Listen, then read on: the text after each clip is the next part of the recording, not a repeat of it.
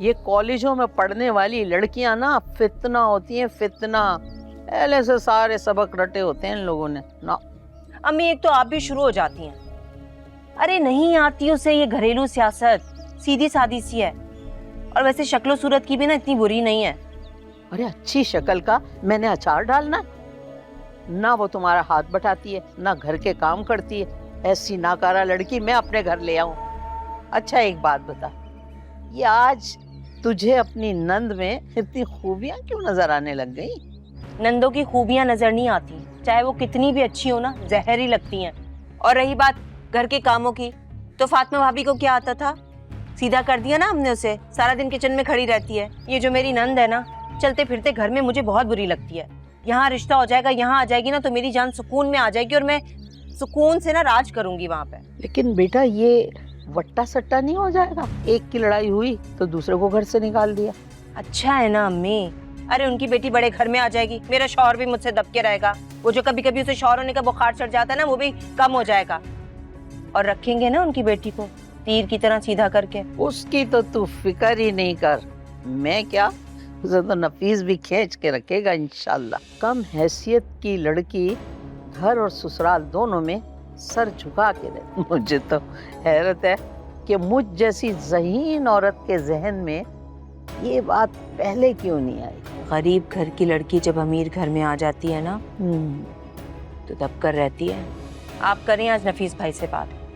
और रही बात मेरे शौहर की, तो आज आती कानों में ये बात डाल दूंगी, मुझ पे छोड़ दें आप। तू बेफिक्र हो जा, अब मैंने इस मिशन पे अपना काम शुरू कर देना, ठीक है? अब हमारे घर में ना कोई दूसरी औरत आनी चाहिए।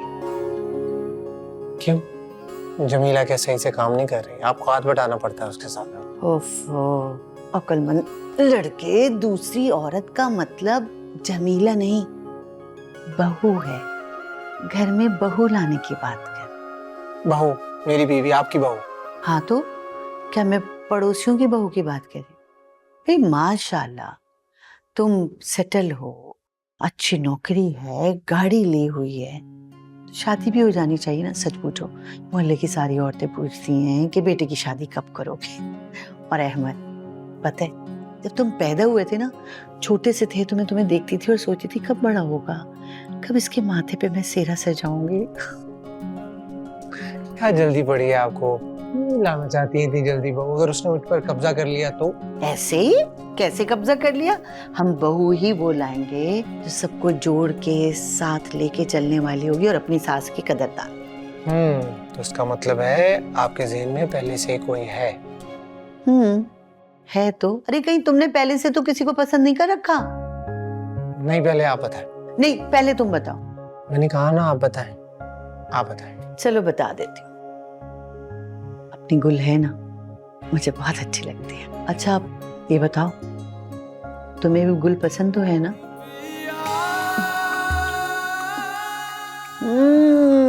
देखो मेरा अंदाजा बिल्कुल सही निकला। मैं भी कहूँ कि रोज आना बड़ा भाग भाग के खाला के घर जाते हैं। अम्मी मुझे गुल पसंद, मेरा मतलब है अच्छी लगती है। अच्छी लगती है। तुम दोनों की इतनी दोस्ती है, मैं समझी कि शायद ये पसंदीदगी दोनों तरफ से। नहीं नहीं, गुल की तरफ से ऐसा कोई सिलसिला नहीं। हाँ, अगर वो मुझे कजन होने के नाते पसंद करती हो तो वो बात अलग है। करने लगेगी पसंद, जरा एक बार मंगनी हो जाने दो। आप कब करेंगी खाला से बात? अच्छा बड़ी जल्दी है तुम्हें? करूंगी बात, जरा एक मरतबा उसके इम्तिहान हो जाए।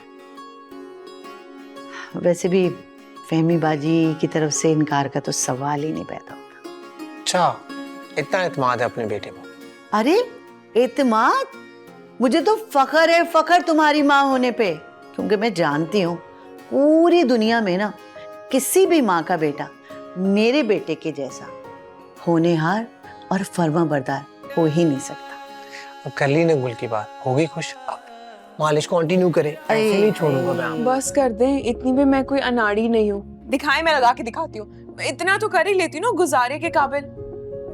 रहने दो तुम ये घर के काम काज और लेस लगाना, तुम अपनी पढ़ाई पे तवज्जो दो, पेपर होने वाले तुम्हारे। अच्छा क्या पढ़ाई पे ध्यान दूं मैं?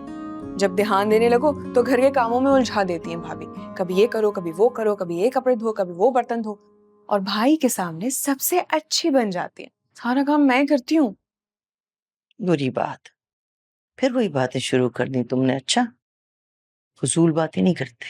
वैसे मैं देख रही हूँ अम्मा, आप हमेशा मेरे साथ यही करती हैं, और आपको पता भी है कि भाभी मेरे साथ कितनी ज्यादती करती हैं।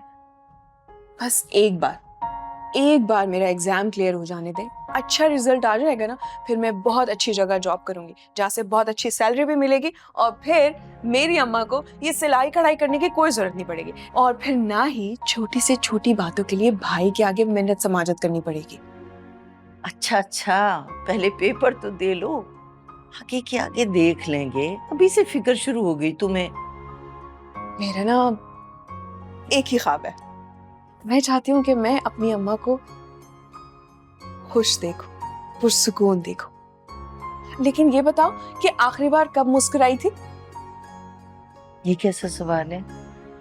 अभी थोड़ी देर पहले ही तो हंसी थी तुम्हारी बात पर।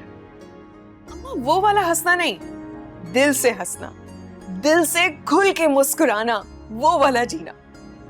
जब अब्बा थे हम कितना खुश रहते थे ना, घर में एक रौनक लगी रहती थी।